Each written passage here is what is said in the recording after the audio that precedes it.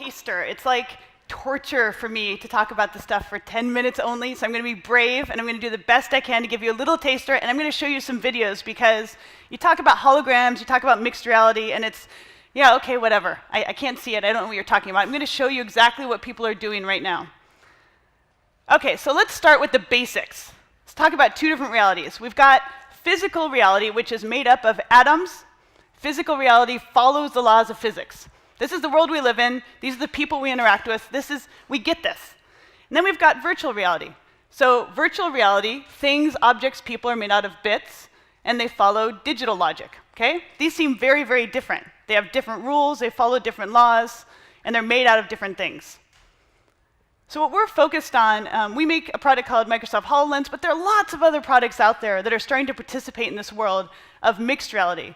We're focusing on bringing these two realities together, bringing digital content into your real world, letting real people go into virtual worlds. And we believe this is going to unlock a lot of really incredible things, just like computing always has over the past several decades. So you're going to see a lot of different stops on this train to some sort of future where lots and lots of computing, if not all computing, is in mixed reality. So here are a couple examples that you can see right now. So on the left, we have augmented reality. So this woman's designing a motorcycle.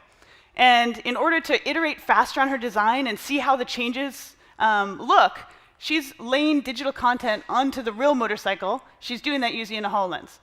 Now on the right side, here's someone who's in a virtual world. Maybe they're playing a game, maybe they're exploring a new place, and they've brought their real hands into the virtual world. So these are two totally different examples of creating mixed reality. In one, you're bringing digital content into the real world.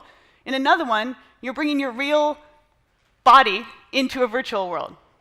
But it's going to go a lot further, and there are going to be a lot of different examples. So I'm going to walk you through a little step-by-step example. So here we have a woman. She's sitting at a desk. She's a real woman sitting at a real desk in a real room. And this is her friend or colleague who's walked in. So far, we're all in physical reality. She does happen to be wearing this amazing gold-plated HoloLens, which we don't actually sell.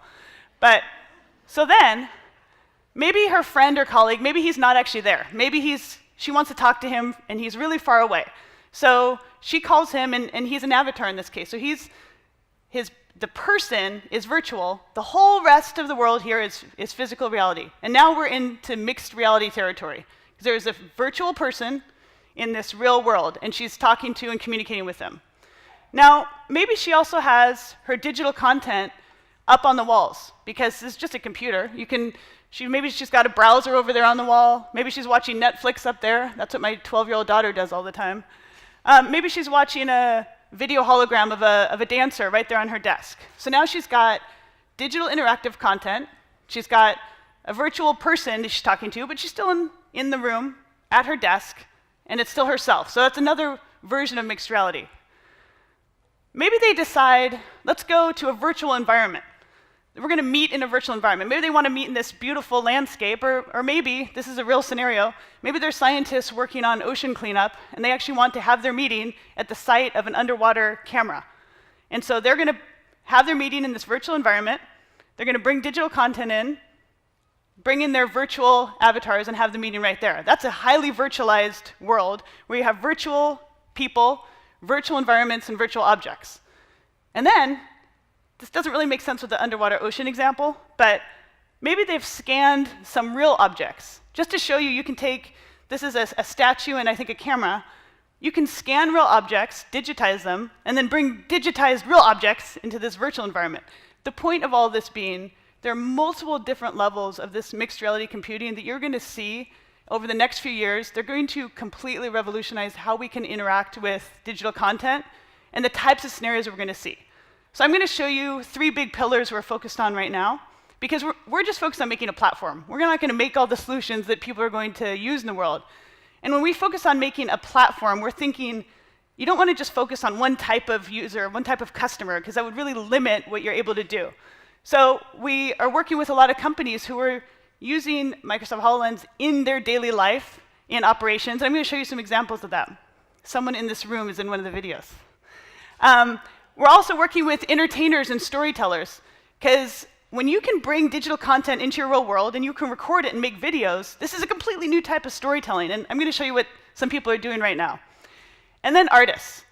Holograms are made out of light and air. This is a completely new medium for artists, and I want to show you what some art students have recently done. So let's get to showing you.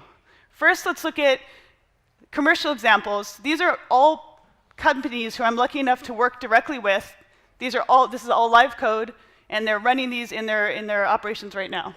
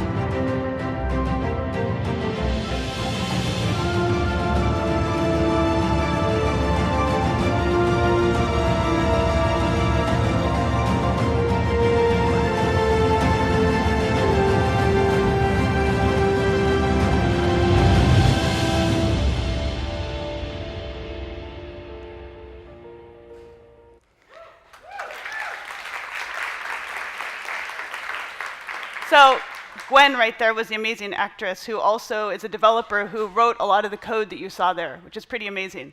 Now, second, totally different example. So we made this little app called ActionGram, and all it is, it's a gallery of content. There's video holograms, there's CG content, and this is created just for video creators, social video creators, to try out storytelling in mixed reality, because we think they're just going to figure stuff out that we certainly wouldn't think of. So let's take a look at what they're doing, something totally different types of people, and they're coming up with really interesting ideas. Okay, now here's ActionGram. Resize it, rotate it, see what it looks like. And start recording. Forward a little more. There you go. You ready?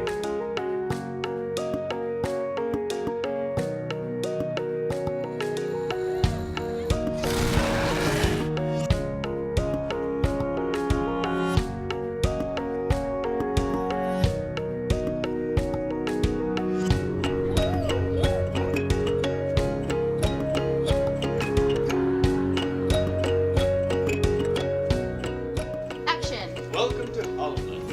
Oh my!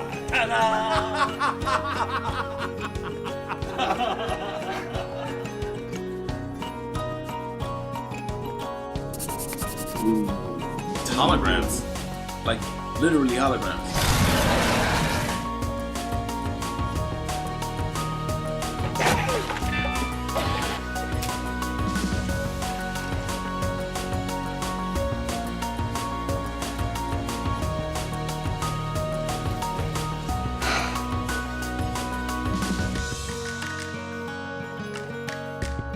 So far it's been amazing. Oh my god!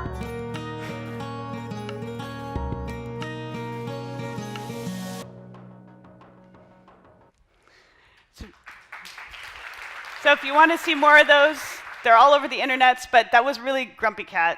We had to work with Grumpy Cat's manager. It was tough negotiation, but there's a lot of fun stuff out there to play with if you get your hands on HoloLens. I also want to talk about art. I said artists, by definition, see truths and ideas that no one else is going to see. So Cornish School of the Arts in Seattle asked us if they could do their senior project on HoloLens, and just a really fast recap of what they did.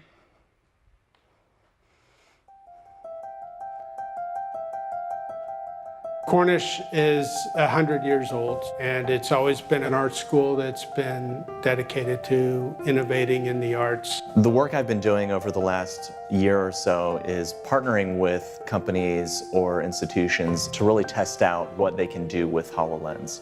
I know HoloLens right now is a new technology, so there's not a lot of narrative experiences right now, so to me that just seemed like such a golden opportunity. The Microsoft team transformed this rehearsal space into a mixed reality HoloLens gallery, and it was amazing. The students and their parents were thrilled, and it was a very exciting evening. This technology just has a ton of different possibilities. Artists and creative people sit at that edge and they push boundaries. Working with this type of technology, it's a tool that helps us enhance and able to push that edge.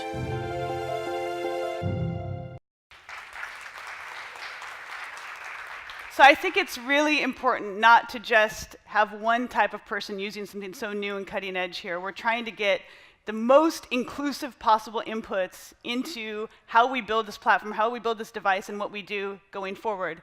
And the last thing I want to say is I just want to express my personal gratitude. I mean, thank you for the invite to come here, but I also, wow, I feel so grateful to get to work on this type of tech. And mostly, of course, it's cool, there's holograms, but it's the look on people's faces.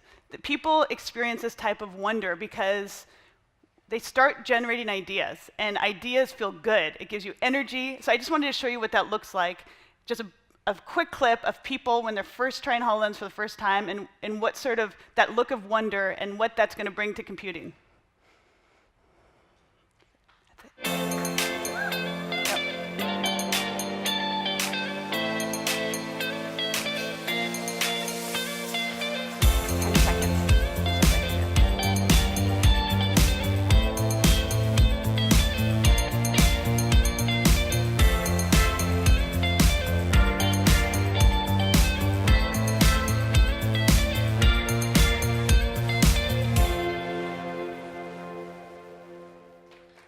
Thank you, everyone, very much.